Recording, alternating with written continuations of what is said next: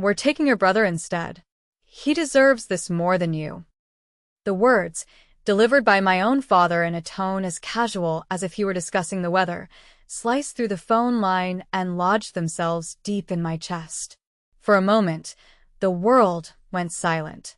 The gentle hum of the refrigerator in my meticulously organized Charlotte apartment, the distant sound of city traffic, everything faded into a dull, roaring vacuum.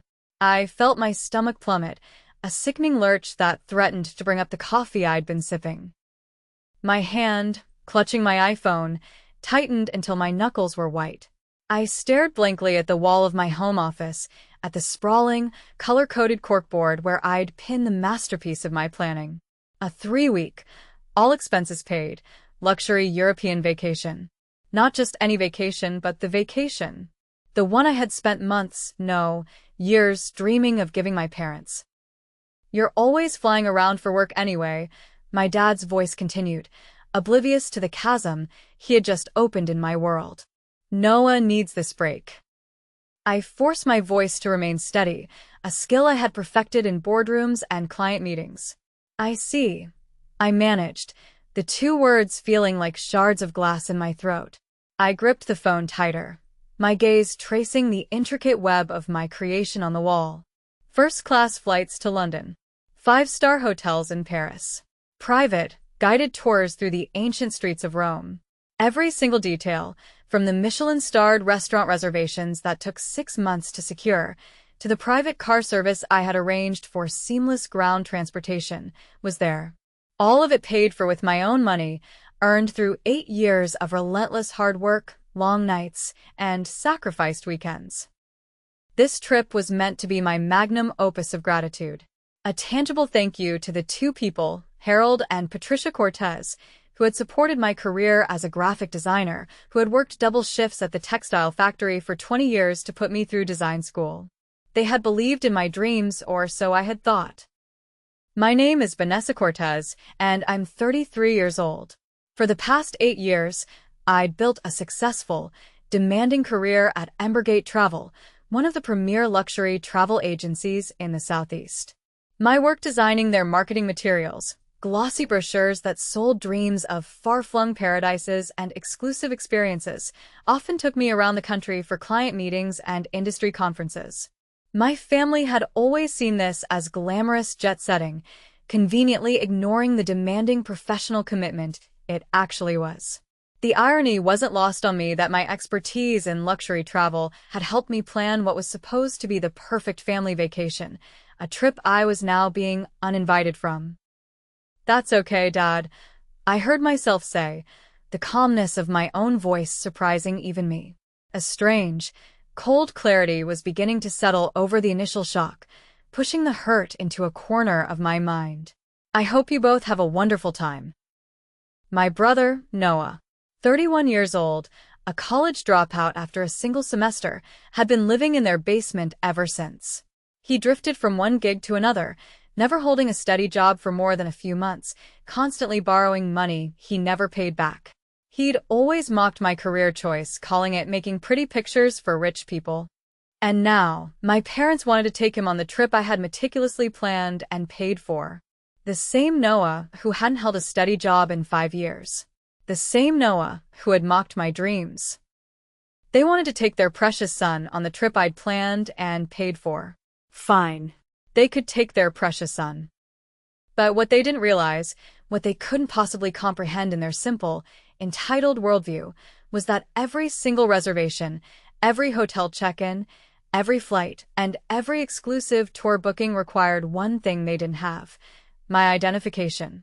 My name was on everything linked to my passport number and my credit card. And in the world of high-end luxury travel, that name meant everything. As I hung up the phone, I didn't feel anger, not exactly.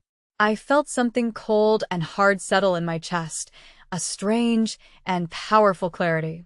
I walked to my laptop and opened my travel planning folder. A small, cruel smile played at my lips for the first time in days. Growing up, the favoritism in our family wasn't subtle. It was a constant, oppressive presence. While I spent my teenage years working part-time jobs at the local diner and the mall to save for art supplies and college applications, Noah was given a brand new car for his 16th birthday, a car he promptly crashed within 3 months.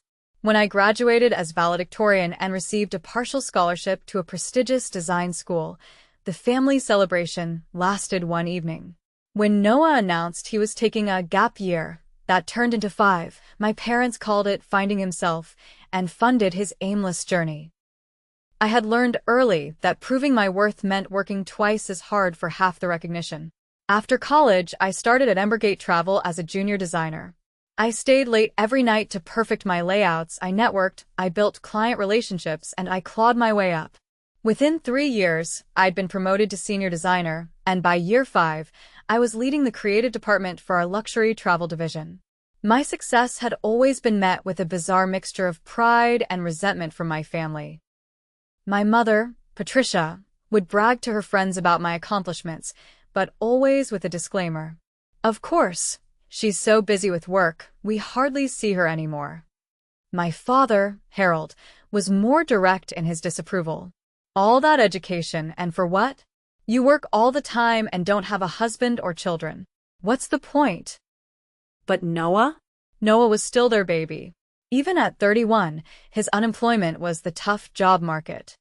His inability to maintain relationships was because he was too sensitive for this world. His constant need for financial support was just temporary, always temporary. I had planned this European vacation specifically to show them how much their support had meant to me, despite everything. I wanted to give them experiences they'd never dreamed of having. The presidential suite at the Langham in London, a private Seine River cruise in Paris, VIP access to the Vatican in Rome. Each detail had been carefully chosen to create memories that would last a lifetime. The planning had taken 6 months.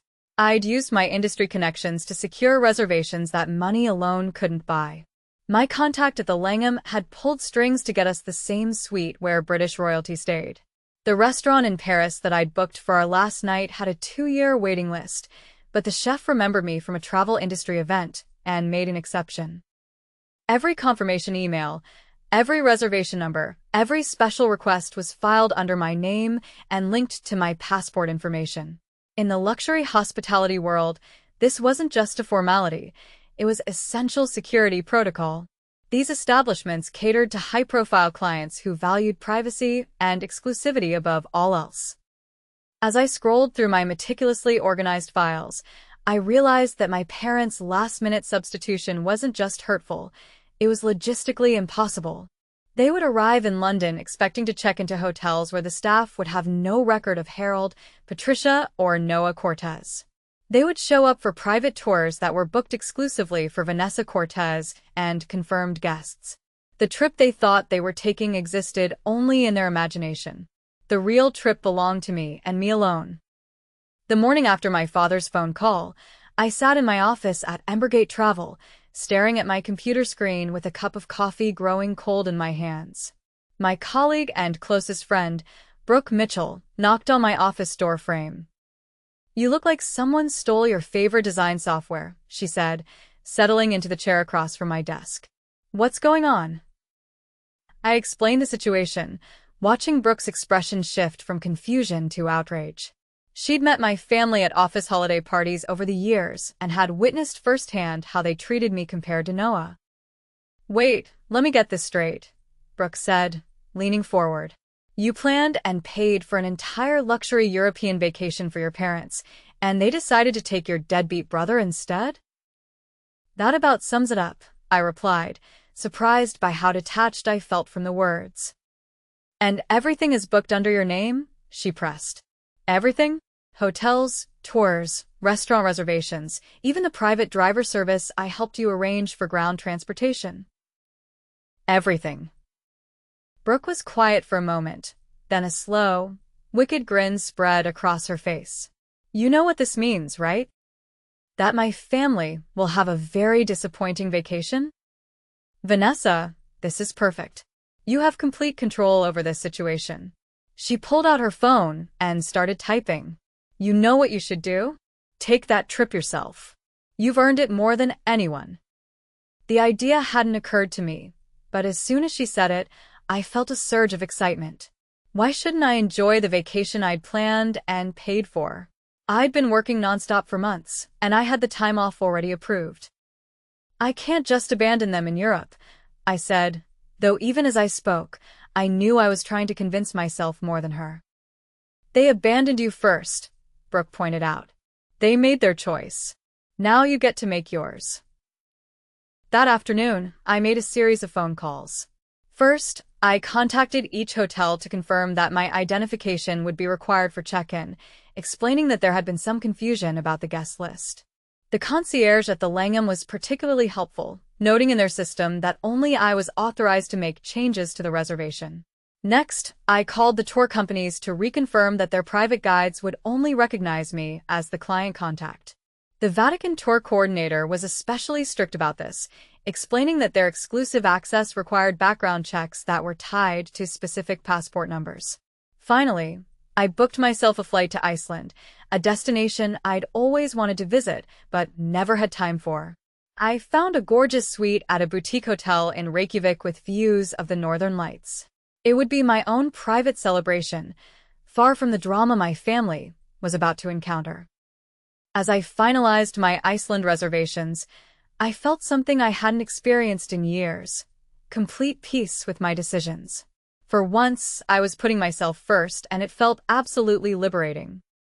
3 days later, my parents and Noah departed for London on the first-class flights I'd booked. I watched their social media posts from my apartment, seeing my mother's excited selfies at the airport and my father's proud photos of Noah in his first-class seat, the seat that should have been mine.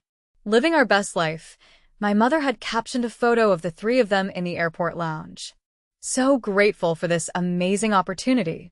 No mention of who had made that opportunity possible, of course. I was scheduled to fly to Iceland the next morning, giving me a full day to make some final adjustments to their European adventure. I spent the morning calling each establishment on their itinerary. Not to cancel, that would be too obvious, but to clarify their very strict identification policies. Just to confirm, I said to the manager at Le Bristol in Paris, if someone shows up claiming to be checking in for the Cortez reservation but doesn't have matching identification, you won't be able to accommodate them, correct? Absolutely not, Miss Cortez, he replied crisply. Given the level of security we maintain for our VIP guests, we cannot make any exceptions. Only the person whose name and passport match our reservation will be granted access. I made similar calls to the hotel in Rome, the private tour companies, and even the Michelin-starred restaurants. Each conversation confirmed what I already knew. My family was about to discover that luxury travel operates on a completely different level than their usual vacation planning. By evening, I felt a strange mix of anticipation and melancholy. Part of me hoped they would somehow figure it out, call me, apologize, and ask me to join them. But my phone remained silent, except for their continued social media updates from their overnight flight. The next morning, I boarded my own flight to Reykjavik with a lightness I hadn't felt in months. As the plane lifted off from Charlotte, I turned off my phone and allowed myself to truly relax for the first time since this whole situation began. Meanwhile, my family was landing at Heathrow Airport, completely unaware of what awaited them. I learned later what happened from a series of increasingly frantic voicemails they left on my phone, which I didn't check until I was safely ensconced in my Icelandic hotel suite. The first message was from my mother, recorded at 3 p.m. London time. Honey, there's been some sort of mix-up at the hotel. They're saying they don't have a reservation for us, even though we have the confirmation email you sent. Can you call them and sort this out? The second message, an hour later, was from my father. Vanessa, this is ridiculous. We've been to 3 hotels now, and all of them are claiming they only have a reservation for you. Obviously, there's been some computer error. We need you to fix this immediately. By 6 p.m., Noah had left his own message, and for the first time in years, he wasn't speaking to me with his usual condescending tone. Vanessa, look, I know we haven't always gotten along, but we're really stuck here. Can you please help us figure out what's wrong with these reservations? We're tired, we're frustrated, and honestly, we don't know what to do. The messages continued throughout their first day in London. They tried showing up at the Langham with printed confirmations, but the concierge politely explained that without my passport and physical presence, they could not access the reservation. The same thing happened at every backup hotel they tried. By their second day, the tone of the messages had shifted from confusion to panic. They'd spent the night in a budget hotel near the airport that had cost them more than they'd ever spent on accommodation before. Their romantic European adventure was turning into an expensive nightmare. "Vanessa, we don't understand what's happening." My mother's voice was tearful on message number 12. "We just need you to call us back, please. We're your parents." But I was busy enjoying the most peaceful vacation of my adult life, watching the northern lights dance across the Icelandic sky from my private hot tub, finally understanding what it meant to put myself first. By day 3 of their European adventure, my family's social media posts had taken on a decidedly different tone. Gone were the excited selfies and grateful captions. Instead, there were frustrated posts about travel company incompetence and vacation disasters. I was exploring the stunning Gullfoss waterfall when I finally checked my phone and found 27 missed calls and 41 text messages. The progression of their messages told a story of increasing desperation. Day 1 in London. Small hiccup with hotel reservations, but we're figuring it out. Day 2 in Paris. Having trouble with our accommodations again. Seems like there's some issue with the booking system. Day 3, also in Paris. This trip has been a complete disaster. Nothing is working the way it's supposed to. The most telling message came from Noah, sent at 2 a.m. Paris time. "Vanessa, I know you're mad at us, but this isn't fair. Mom and Dad spent their entire vacation fund on flights to get here, and now we're stuck staying in hostels because nothing else is available. Please, just tell us how to access the hotels you booked." Reading this, I actually laughed out loud, startling a group of Icelandic ponies grazing nearby. Noah, who had spent years mocking my work in the travel industry, had just learned firsthand how that industry actually operated. Connections and relationships mattered. Reputation and trust were everything. You couldn't simply show up and expect to receive services that had been carefully arranged for someone else. By day 4, their messages had become increasingly accusatory. My father's text at 3 a.m. was particularly harsh. "This is childish, Vanessa. We raised you better than this. Your mother is crying because we can't even afford to change our flights home. We're stuck here for 6 more days with nowhere to stay and no money left." But that final message revealed something important. They still hadn't once acknowledged that they'd done anything wrong. They hadn't apologized for excluding me from the trip I'd planned and paid for. They were only sorry that their plan to take advantage of my generosity hadn't worked out the way they'd expected. On my 5th day in Iceland, I was soaking in the Blue Lagoon when I received a call from an international number I didn't recognize. Against my better judgment, I answered. "Miss Cortez? This is James Wellington from the concierge desk at the Langham, London. I hope I'm not disturbing you." "Not at all, James. How can I help you?"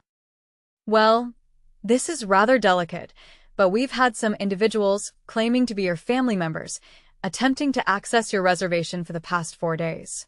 They've become quite insistent and, frankly, rather aggressive with our staff." I felt my cheeks warm, and not just from the geothermal water. I'm so sorry about that. I should have contacted you directly to let you know I wouldn't be honoring that reservation. "No need to apologize, Miss Cortez. We're quite accustomed to handling these situations. However, I wanted to ask if you'd like us to continue our current policy of not acknowledging any connection to your reservation when they return." The question hung in the air. James was essentially asking if I wanted to maintain my family's suffering or if I was ready to show mercy. For a moment, I considered telling him to help them, to transfer the reservation somehow. But then I remembered. Not just the phone call that had started this, but years of similar treatment. Every family dinner where Noah's failures were excused while my successes were minimized. Every holiday where I was expected to be grateful for the bare minimum while Noah received praise for showing up at all. "I appreciate your discretion, James," I said finally. Please continue with your current approach. Very good, Miss Cortez. I hope you're enjoying your time in Iceland. After hanging up, I realized that someone at the Langham had clearly done their research to track me down in Iceland, probably noting my social media posts or using their industry connections. The fact that they'd reached out showed just how difficult my family had been for their staff. That evening, I received a different type of message. My mother had somehow gotten hold of my work email and sent me a long, rambling note that started with anger but descended into something close to pleading. Vanessa, I don't know what's gotten into you, but this needs to stop. Your father and I have spent our entire retirement savings on this trip, and Noah took unpaid time off from his new job to come with us. We're staying in horrible places and eating terrible food because we can't afford anything decent. I know we should have talked to you before making the change, but we thought you'd understand. Noah has been so depressed lately, and we thought this might help him get back on his feet. Please, just tell us how to access one hotel reservation. Just one night in a decent place. That's all we're asking. Reading this message, I finally understood what had really happened. This wasn't just about favoritism or last-minute changes. My parents had genuinely believed that they could take my vacation and give it to Noah as some sort of therapy for his chronic underachievement. They'd seen my carefully planned European adventure not as a gift I was giving them, but as a resource they could redistribute to their more needy child. The realization was both clarifying and infuriating. They hadn't just excluded me from the trip. They tried to turn my success into Noah's rehabilitation program without my consent. I closed the email without responding and booked myself another night at my Icelandic retreat. They could figure out their own solutions.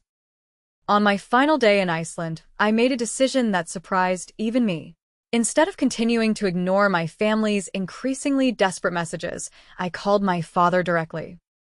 Vanessa, his voice was hoarse with exhaustion. Thank God. We've been trying to reach you for a week. I know, Dad. I've been getting your messages. Then why haven't you called us back? We're stranded here. We can't afford to stay anywhere decent, and Noah is talking about borrowing money just to eat. I looked out at the Reykjavik harbor from my hotel suite, watching fishing boats bring in their morning catch. Dad, I need you to explain something to me. When you called to uninvite me from this trip, did you think about how the reservations actually worked? There was a long pause. What do you mean? I mean, did you think about the fact that everything was booked under my name, with my credit card, requiring my identification to access? Another pause, longer this time. We thought you could just call and change the names or something. At 5-star hotels? At Michelin-starred restaurants with year-long waiting lists? At private tour companies that do background checks on their clients? I kept my voice calm, almost conversational. Dad, you work in manufacturing. Would you let someone walk into your factory and take over a custom order just because they claim to be related to the person who placed it? That's different. No, it's not. It's exactly the same. The vacation you thought you were taking never existed. You can't just transfer luxury travel reservations like a dinner reservation at Applebee's. I could hear him breathing heavily. So, what are we supposed to do? You're supposed to figure it out the same way any other tourist would. Book your own hotels. Make your own restaurant reservations. Plan your own activities. With what money? We spent everything on the flights. The same way I would have had to if you'd called me a month ago instead of 3 days before departure to tell me I wasn't invited to my own vacation. For the first time in the conversation, my father was silent. Vanessa, please. My father's voice cracked. Your mother hasn't stopped crying since yesterday. Noah is talking about just going home early and losing the money on the return flights. We know we made a mistake. Those were the words I'd been waiting to hear for 7 days. But when they finally came, they felt hollow. What mistake did you make, Dad? We should have talked to you first before making the change. That's not the mistake you made. Silence. The mistake you made was assuming that my life, my work, my planning, and my money were resources that you could redistribute to Noah whenever you felt he needed them more than I did. The mistake you made was telling me that he deserved this more than I did, as if I hadn't earned every dollar I spent on this trip. I could hear my mother crying in the background now. Now, you want to know the really sad part, Dad? If you had called me and explained that Noah was struggling, if you had asked me to help plan a separate trip for him, I probably would have done it. I love our family, even when you make it difficult. But instead, you try to take something that belonged to me and give it to him like I was just a bank account you could access whenever convenient. We didn't mean it that way. Yes, you did. You've always meant it that way. Every time Noah failed at something, and you made excuses for him while expecting me to just work harder and ask for less, you meant it exactly that way. I hung up the phone and blocked their numbers. I was done being their emergency fund and backup plan. I was done being the responsible one who fixed everyone else's mistakes while my own needs were dismissed. For the first time in my adult life, I belonged to myself. 6 months later, my parents and Noah returned to Charlotte, having spent the remainder of their European adventure in budget accommodations and eating at fast food restaurants. They'd managed to see some sights and take some photos, but their luxury vacation had become an expensive lesson in assumption and entitlement. My mother tried to reach out through relatives, sending messages about how much they missed me and wanted to repair our relationship. But every message focused on their desire for reconciliation rather than acknowledgement of what they'd done wrong. They wanted forgiveness without accountability, restoration without change. I, meanwhile, had used the peace and clarity of my Iceland retreat to make some major life decisions. I'd started freelancing on the side, building a client base of high-end travel companies who valued my expertise and industry connections. Within 4 months, I was earning more from freelance work than from my full-time job. When Embergate Travel offered me a promotion to creative director, I turned it down and submitted my resignation instead. My freelance business, Wanderlust Design Studios, was ready to launch with 3 major clients already signed. Brooke, who had become my business partner in the new venture, often asked if I regretted how things had played out with my family. The answer was always no. The Iceland trip had taught me something invaluable, that putting myself first wasn't selfish, it was necessary. I'd spent 33 years trying to earn love and respect from people who would never value me the way I deserved. Now, I was building a life surrounded by clients and colleagues who appreciated my skills, respected my boundaries, and understood that relationships should be built on mutual regard rather than one-sided sacrifice. Sometimes, you have to lose everything you thought you wanted to realize what you actually needed. As I reflected on my journey, from that painful phone call to building my own successful business, I understood that the best revenge hadn't been leaving them stranded in Europe. It had been learning to value myself enough to walk away from people who refused to see my worth.